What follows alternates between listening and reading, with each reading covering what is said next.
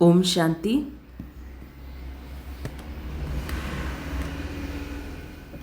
आज है 1 जुलाई 2026।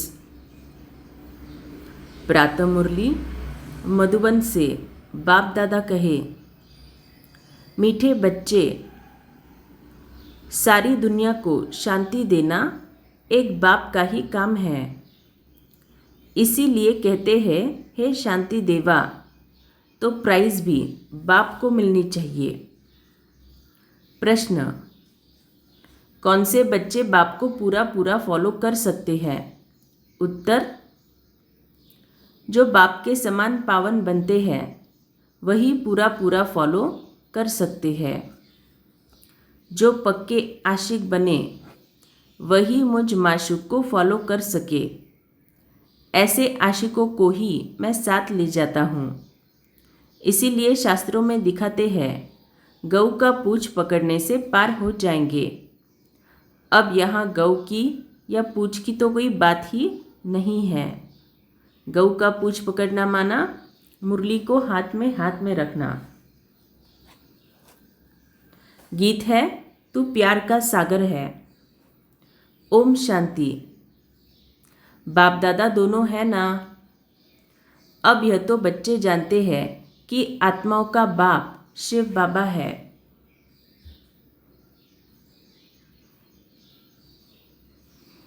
यह भी तुम जानते हो कि मैं पतित पावन हूँ, मैं निराकार हूँ। तुम भी निराकार हो, शांत स्वरूप हो। निराकार बाप भी शांत स्वरूप है, आत्मा भी शांत स्वरूप है।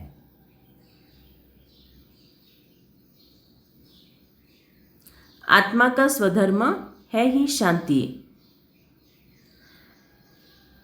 तुम्हारा निवास स्थान है शांति धाम। जब यज्ञ आदि रचते हैं तो कहते हैं शांति देवा, क्योंकि शांति का सागर तो वो परमात्मा है। सारी दुनिया को शांति देने वाला वो बाप है। ऐसे बहुत है जिसको शांति के पीछे प्राइज मिलती है। कभी किसको प्राइज मिलती है तो कहेंगे ये शांति स्थापन करने के निमित्त बने हुए हैं। इसमें बड़ों बड़ों के नाम लेते हैं। अब शांति तो चाहिए सारी दुनिया में, नहीं तो अशांत में रहने वाले औरों को भी अशांत करेंगे। यह है ही रावण राज्य। रावण दुश्मन है ना, राम को दुश्मन नहीं कहेंगे। राम की कभी एफिजी नहीं जलाएंगे, न त्रेता वाले राम की, न परम पिता परमात्मा की। राम राज्य तो सब चाहते हैं, परंतु राम राज्य किसको कहा जाता है यह भी कोई नहीं जानते। तो सच्चा राम राज्य माना सतयुग। सिर्फ कहते हैं नई दुनिया हो, नई दिल्ली में राम राज्य हो। नई दिल्ली कहते हैं, नाम तो बहुत रखे जाते हैं। दिल्ली सबकी कैपिटल रहती है। दिल्ली ही परिस्थान था। राधे कृष्ण को भी वहाँ ही दिखाते हैं। यह दोनों ही मुख्य प्रिंस प्रिंसेस है।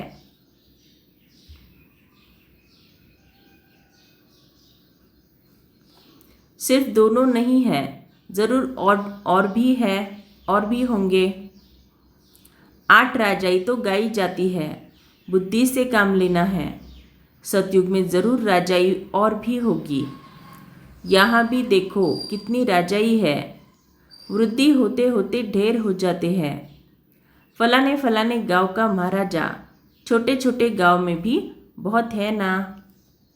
सतयुग में इतने थोड़े ही थे। वहाँ तो लक्ष्मी नारायण का ही नाम बाला है। 2500 वर्ष उन्हों का राज्य चला है। मनुष्य कहते हैं लाखों वर्ष हुए हैं। विचार की बात है। ये है आत्माओं के लिए भोजन। बाप ये रूहानी भोजन देते हैं तुम्हारी बुद्धि को, आत्मा को।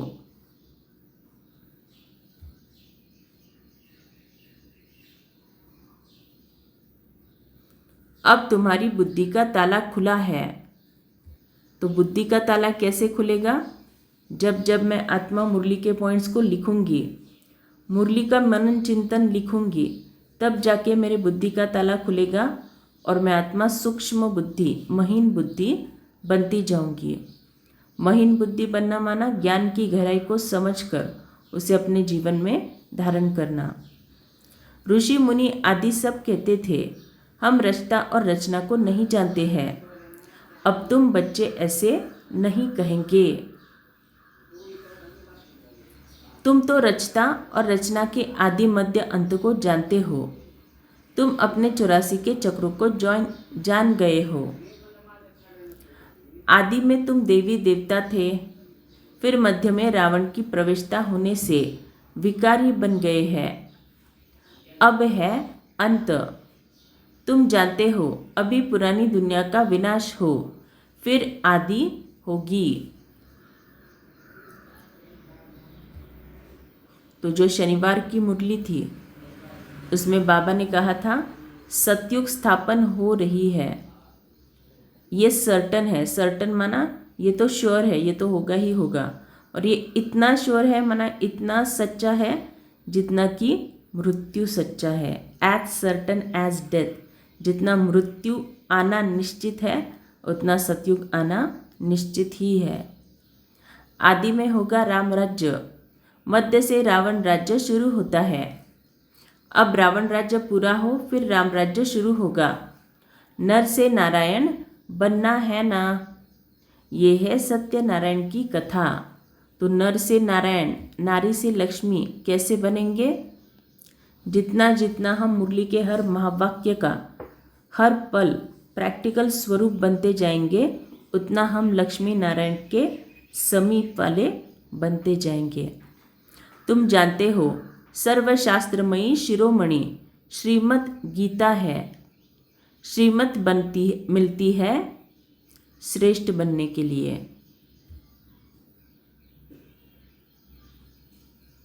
श्री कहते हैं श्रेष्ठ को। बच्चे जानते हैं एक गीता शास्त्र है जिसे देवी देवता धर्म का शास्त्र कहा जाता है, जिससे देवी देवता धर्म की स्थापना होती है संगम पर। तो एक तरफ बाबा तो कहते हैं सतयुग में तो कोई शास्त्र नहीं होते, और दूसरी तरफ बाबा क्या कह रहे हैं, गीता ये देवता धर्म का शास्त्र है। इसी का मतलब क्या? देवी देवता वाली आत्माओं ने इस संगम युग पर इस सच्चे गीता का अध्ययन करके उसको अपने जीवन में धारण करके सतयुग में वो देवताई पद पाया था। सतयुग में तो कोई पतित होते नहीं जो पावन बनाए। अब तुमको बाप समझाते हैं गीता को पतित पावनी कह नहीं सकते। गीता द्वारा पावन नहीं बन सकते।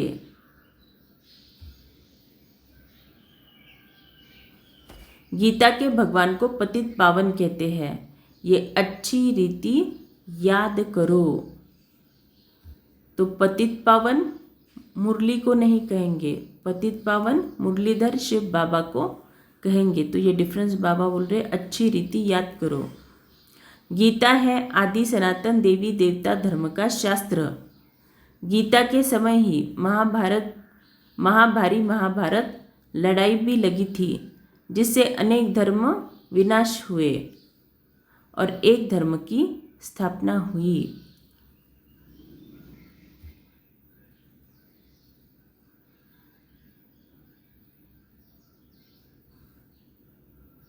गीता के लिए कहते हैं देवी देवता धर्म का शास्त्र, ब्राह्मणों का शास्त्र नहीं कहते हैं।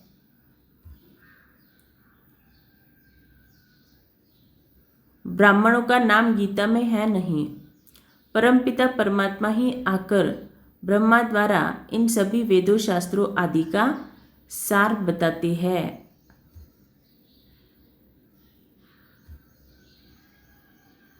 तो सार माना क्या? ईसेंस। तो सभी शास्त्रों का जो ईसेंस है बाबा हमें वो बताते हैं। अब तुम समझते हो सतयुग में तो ब्राह्मण होते नहीं।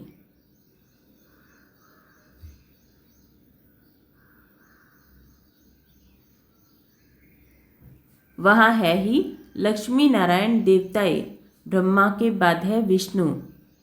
चित्रों में भी दिखाया है, ब्रह्मा द्वारा स्थापना विष्णुपुरी की। ब्रह्मा और विष्णु इकट्ठे तो नहीं होंगे, ब्रह्मा द्वारा देवी देवता धर्म की स्थापना होगी। ये डिटेल में समझने की बातें हैं। अभी तुम बच्चे शिव बाबा से स्वर्ग का वर्षा लेते हो, हकदार ठहरे ना। मुख्य धर्मशास्त्र है 4। श्रीमद् भगवत गीता है नंबर 1 शास्त्र, जिससे नंबर 1 धर्म की स्थापना होती है।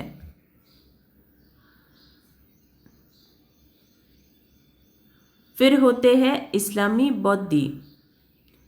एक गीता ही है जिसमें श्रीमद् भगवत गीता लिखा हुआ है, और कोई शास्त्र में श्रीमद् नहीं है। तो बाबा यहाँ पे 4 शास्त्र बता रहे हैं। पहला शास्त्र का नाम तो बाबा ने खुद बताया, श्रीमद् भगवत गीता, माना ये मुरली है नंबर 1 शास्त्र। बाबा बोल रहे हैं श्रीमद् भगवत गीता, माना ये मुरली है नंबर 1 शास्त्र, जिससे नंबर 1 धर्म की स्थापना होती है। श्रीमद् इस्लामी व श्रीमद् बौद्धि शास्त्र नहीं गाया जाता, श्रीमद् भगवत गीता है ही एक।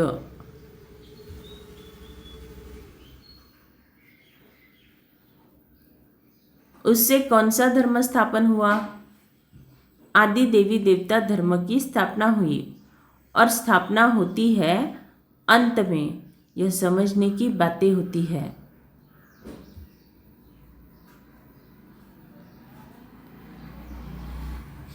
तो एक बात हमें हमेशा याद रखना है, कुछ भी हो जाए, ना कभी श्रीमत पर डाउट लेना है, ना कभी शिव बाबा पर। जीवन में जो भी घटनाएं हो रही है, इसका हमें स्वीकार करना चाहिए कि ये हमारे ही पिछले कर्मों का हिसाब किताब है, ना कि बाबा को कोसते बैठना कि मैं बाबा की इतनी सेवा करती हूँ, फिर भी बाबा मुझे मदद क्यों नहीं कर रहे। अभी बाबा हमको टीचर के रूप में पढ़ाते हैं, ये बुद्धि में रहना चाहिए।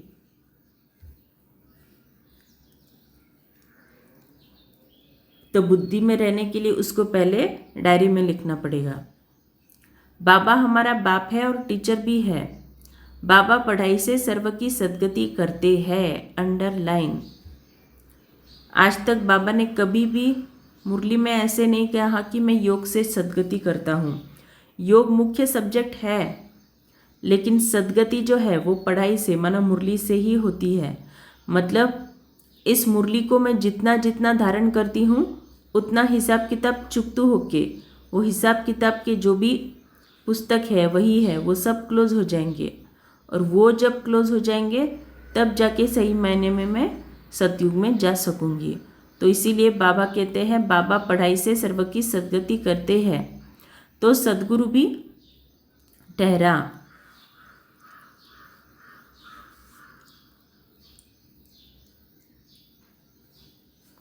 बाप को सभी याद करते हैं। अब गीता में श्री कृष्ण का नाम डाल दिया है। वो तो ज्ञान का सागर है नहीं, उनको ज्ञान के सागर बाप ने ऐसा बनाया है। तो वो टीचर भी है। यहाँ तुम नई बातें सुनते हो, शास्त्र आदि तो बहुत पढ़ते सुनते आए, अब तुम बाप द्वारा डायरेक्ट सुनते हो। तो अगर बाबा हमें इतना डायरेक्ट सुना रहे हैं, तो हम सब ने सोचो इस मुरली को कितना लिखना चाहिए। मैंने जो ग्रुप में वीडियो भेजा है उसको देखना, सुनना और उस तरह से मुरली को लिखना शुरू करना।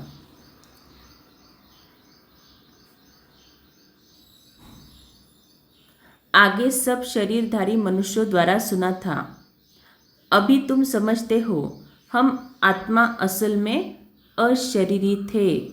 अशरीरी माना आत्मा को शरीर नहीं था, इतना ही उसका डेफिनेशन नहीं है। आत्मा को शरीर नहीं था, ठीक है, लेकिन अशरीरी मतलब क्या?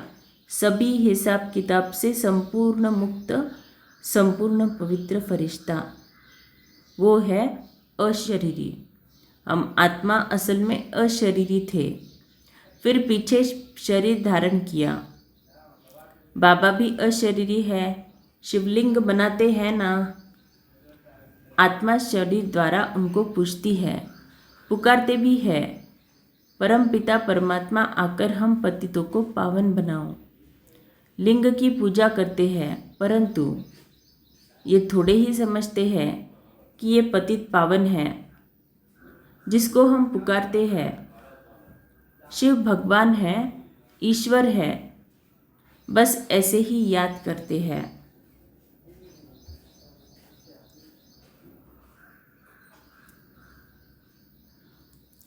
उनको बाबा कहे तो बुद्धि में आए कि बाबा से वर्षा मिलना चाहिए।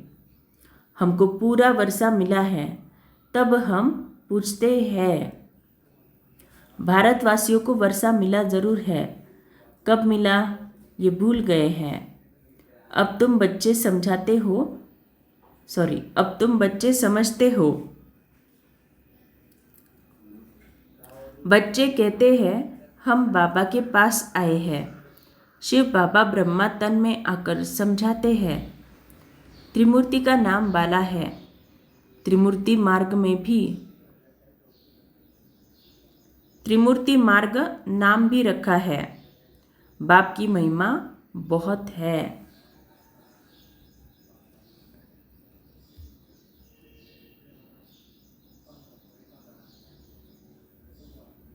गीत में भी सुना, प्यार का सागर है, सर्व का सद्गति दाता है, सर्व को सुख शांति देने वाला है, सर्व का दुख हरता सुख करता है। बहुत प्यारा चीज़ है ना। तो बाबा की महिमा को लिखना ही लिखना है।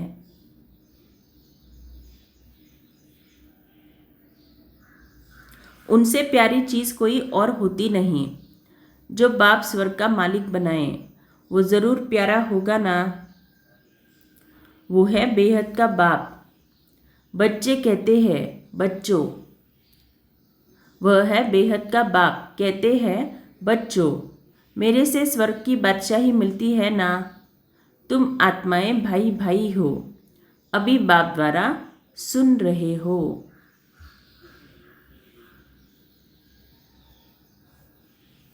बाप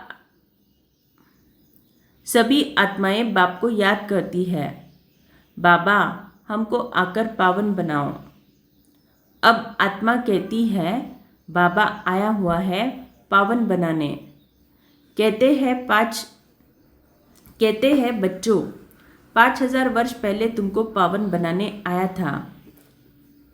अब तुम मुझ बाप को याद करो तो तुम्हारे विकर्म विनाश होंगे और तुम्हारे सब दुख दूर हो जाएंगे।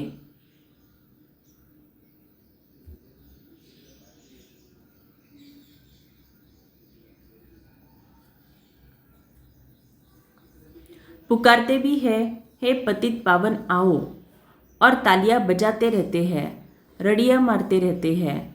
पतित पावन सीताराम तो खुद पतित ठहरे ना। ये है ही नर्क, इसको रौरव नर्क कहा जाता है। गरुड़ पुराण में तो रोचक बातें बहुत लिख दी है कि ये करने से ये बनेंगे, ये होगा। फिर कह देते गऊ का पुच्छ पकड़ने से स्वर्ग में चले जाएंगे, ऐसा कुछ लिखा हुआ है। अब जानवर की तो बात नहीं। तुम गौ माता हो ना। तुम्हारी पूंछ अथवा पीठ जब तक कोई न पकड़े तब तक रास्ता मिल न सके। तो गौ माता हो माना ज्ञान मुरली की शक्ति से भरपूर आत्मा। पूछ तो है नहीं, कहते भी है तुम्हारी पूछ पकड़कर जाएंगे। अब यहाँ पूछ को पकड़ना नहीं है, परंतु फॉलो करना है। तो किसमें फॉलो करेंगे? श्रीमत की धारणाओं पर।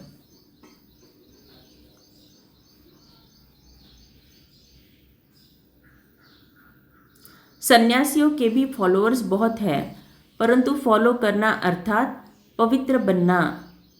तुम तो सच्चे सच्चे फॉलोअर्स हो।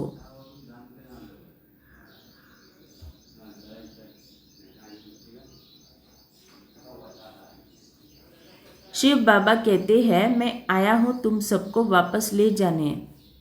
तुम मुझे याद करो तो तुम्हारे पाप भस्म हो जाएंगे। पावन बनने बिगर फॉलो कर नहीं सकेंगे। शिव बाबा को पूरा फॉलो करना है। तुम यहाँ बैठे हो फॉलो करने के लिए। भक्ति मार्ग में भी मुझे याद करते आए हो।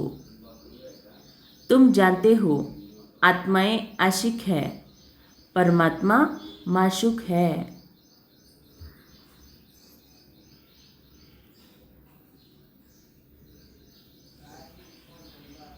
आत्माएं उनको याद करती है और वो आए हैं लेने के लिए। कहते हैं मुझे फॉलो करो तो तुम्हारे को साथ ले जाऊंगा। तो सिर्फ ये नहीं कि हम मुरली क्लास गए, सुने, हर रोज़ सेंटर जाके सेवा कर रहे हैं, ये तो करना है, लेकिन मुझे फॉलो करो। माना जैसे ब्रह्मा बाबा ने हर पल मुरली को धारण करने का पुरुषार्थ किया, मास्टर मुरलीधर बनने का पुरुषार्थ किया, ठीक वैसे ही हमें भी बाबा को फॉलो करना है, तभी जाके शिव बाबा हमें साथ ले जाएंगे।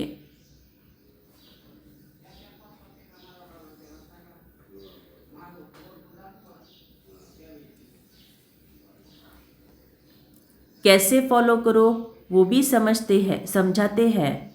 मैं हूँ पावन, तुम हो पतित, तो ज़रूर पावन बनना पड़े, ज़रूर फॉलो करना पड़े। तो पावन बनना पड़े माना पुराने स्वभाव संस्कार को यूज़ न करके दिव्य गुणों की धारणा से श्रीमत पर चलना, ये है पावन बनना। तो फॉलो कर न सके, फॉलो करने के लिए मेरे समान पवित्र बनो। तो मुरली की धारणा अगर यथार्थ रीति से करनी है तो बाबा बोल रहे पहले योग करके खुद में वो जौहर भरो। क्या मैं पतितों को अपने साथ शांति धाम ले जाऊंगा? इतने सब मनुष्य भक्ति, तप, दान, पुण्य आदि करते हैं मुक्ति पाने के लिए, क्योंकि यह दुख है और चाहते हैं हम अपने घर वापस जाए। बाप कहते हैं पवित्र जरूर बनना पड़ेगा। मैं पावन हूँ तब तो तुमको पावन बनाता हूँ। आऊँगा भी ब्रह्मा के तन में, मैं रचता हूँ, मैं इस ब्रह्मा के तन में आता हूँ। दिखाते भी है ब्रह्मा द्वारा बाप देवी देवता धर्म की स्थापना करते हैं। तुम बीके ही जानते हो कि शिव बाबा को फॉलो करना है। बाप कहते हैं मुझे याद करो, तो मैं प्रतिज्ञा करता हूँ पावन दुनिया में ले चलूँगा।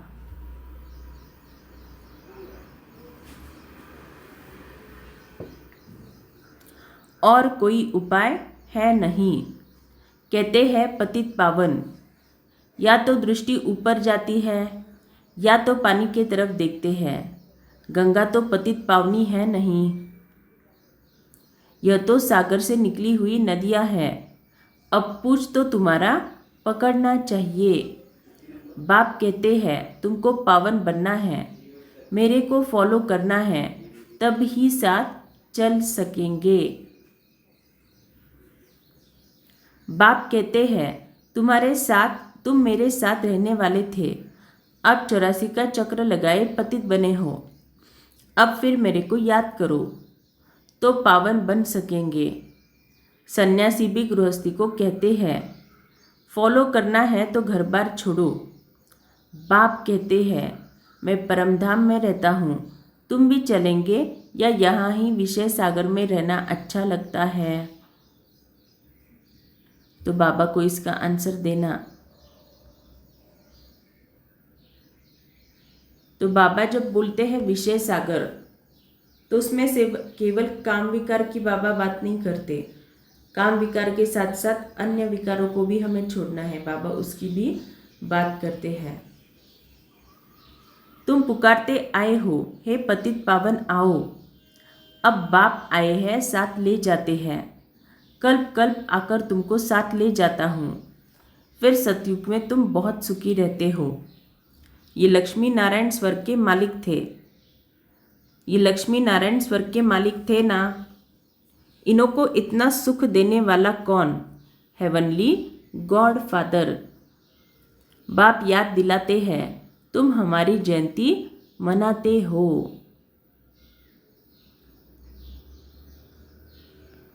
परम पिता परमात्मा की जयंती सभी भारतवासी मनाते हैं। हमारा ये बर्थ प्लेस है। क्रिश्चियन थोड़े ही मनाएंगे, वो तो क्राइस्ट को मानेंगे। शिव जयंती भारतवासी मनाते हैं। ये सर्व के पतित पावन बाप है। ये सर्व के पतित पावन बाप का बर्थ प्लेस है। बाप सबको सुख देने वाला है, सबको लिबरेट करने वाला है। तो भारत कितना ऊंच है।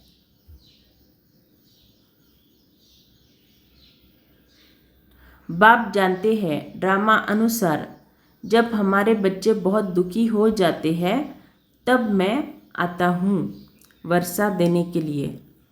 बाप है ज्ञान का सागर, सुख का सागर, बच्चों को वर्षा दे रहे हैं।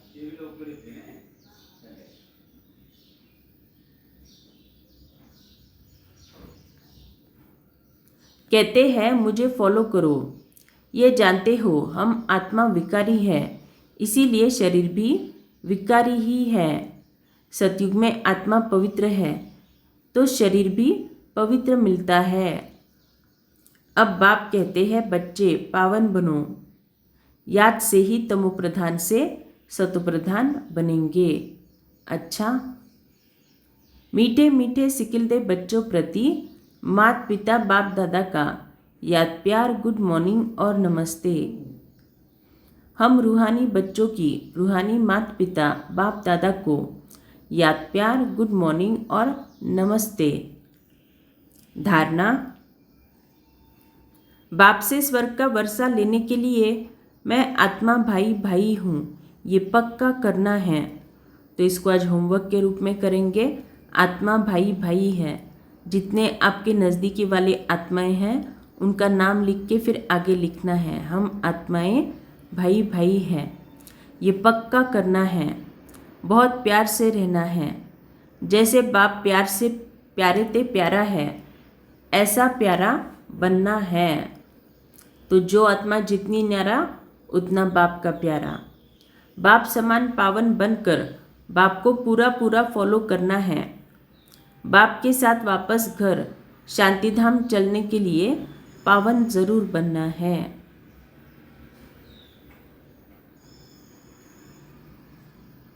वरदान, निर्बल आत्माओं में शक्तियों का फोर्स भरने वाले ज्ञानदाता सो वरदाता भव। वर्तमान समय निर्बल आत्माओं में इतनी शक्ति नहीं है जो जंप दे सके, उन्हें एक्स्ट्रा फोर्स चाहिए। तो आप विशेष आत्माओं को स्वयं में विशेष शक्ति भर करके उन्हें हाई जंप दिलाना है। इसके लिए ज्ञान के दाता के साथ साथ शक्तियों के वरदाता बनो। रचता का प्रभाव रचना पर पड़ता है, इसीलिए वरदानी बनकर अपनी रचना को सर्वशक्तियों का वरदान दो। अभी इसी सर्विस की आवश्यकता है। स्लोगन, साक्षी होकर हर खेल देखो तो सेफ भी रहेंगे और मज़ा भी आएगी। अच्छा, ओम शांति।